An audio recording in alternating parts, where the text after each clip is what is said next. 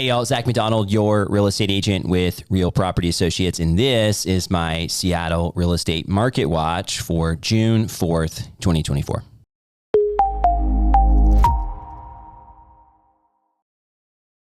Welcome back to another episode of the Seattle Real Estate Market Watch. And this week we have some interesting news and developments in the real estate space here in the Seattle area. And I want to take a minute to share those with you.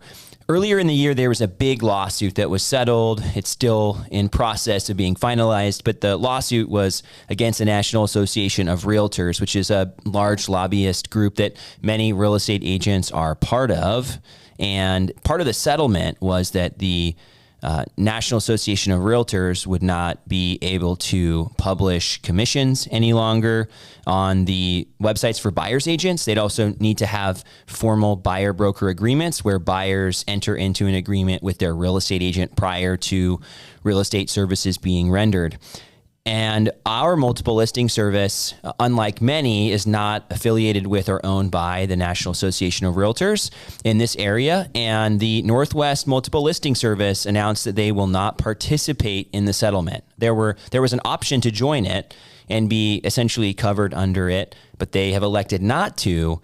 And they shared some of their reasoning, and I made a video about that earlier this week. But the big gist of it is that the Northwest Multiple Listing Service has been proactively trying to make things better for consumers in the real estate space, publishing buyer broker commissions online. So there's transparency, removing an obligation to offer any type of compensation to a buyer's agent, requiring, before the settlement was ever even finalized, the requirement to have buyers enter an agreement with their agents.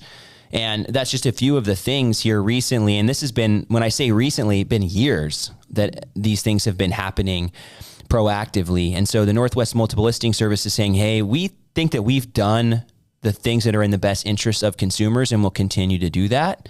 And the stance is that removing commission offers from the MLS makes it more of a backdoor type of deal, or potentially puts protected classes in jeopardy and compromises some of the fair housing things that we've been working so hard to have as part of the real estate space. So interesting stance. I personally support it. I have been sharing some of my fears and concerns around required, the agreements being required, and then what happens as far as the compensation if it's removed, at least the opportunity to offer it. I think it just removes a lot of underhanded type of dealing.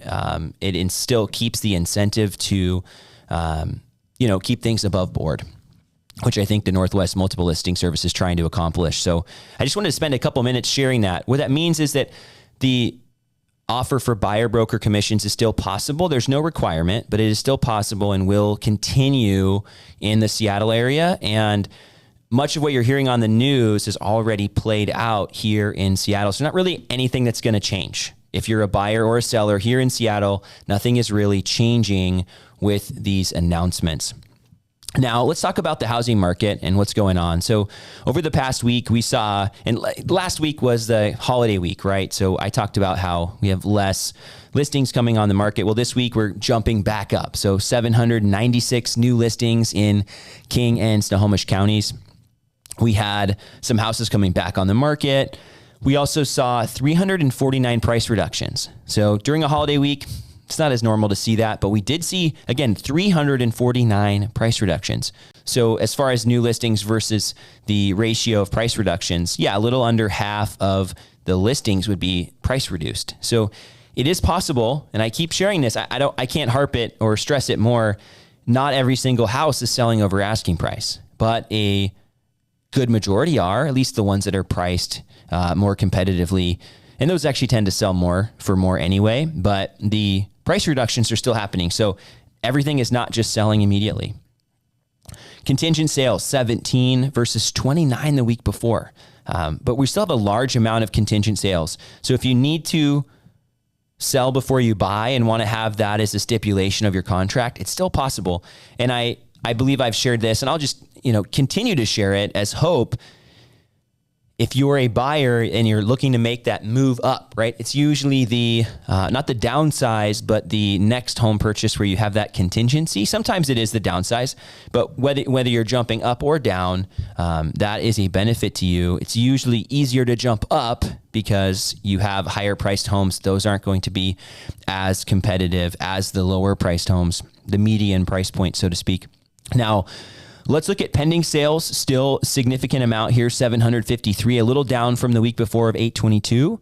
But closed sales 775 versus 622 the last week. So a good jump there. Again, end of month type of stuff. It's typical to see more at the end of the month, but we're seeing a lot. I mean, we had 775 closed sales and we had 796 new listings. So again, inventory is still low, right? You have the amount of buyers in the market for the homes coming on the market. And that's been the trend.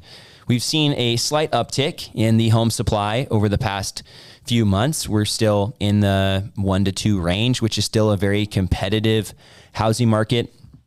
And next week, I will share in the market updates, whether that's the Seattle market update or the King County, Snohomish County, whatever place you're tuning in from, you'll be able to get a little bit more of the data as far as, hey, what's the percentage over asking price? What's the median sales price? That's where I share that information. So if you want to get some of that type of data, please tune into those updates as well. Subscribe to the channel, right? And you'll be able to follow along with all of those updates. Those are monthly though. As we're looking at the interest rates, so interest rates have still been hovering in that 7 to 7.25 range. We're at 7.07 today on Mortgage News Daily's report for the 30-year fixed. A little bit down from last week. So we were at 7.28 last week. Again, we haven't really changed much, right? Mortgage rates are fluctuating every day and they've stayed in this same range. And earlier in the year, we were hoping that we're going to start to see some of those rate cuts, but it doesn't look like they're coming yet. So stay tuned. They will come eventually, but we're still in this higher rate environment. And the crazy thing is the housing market is not slowing down, but it's been picking up. So rates are higher. Prices are not quite back to where they're at, but they're getting close. Homes are costing more, right? It's a lot more expensive to buy than it was.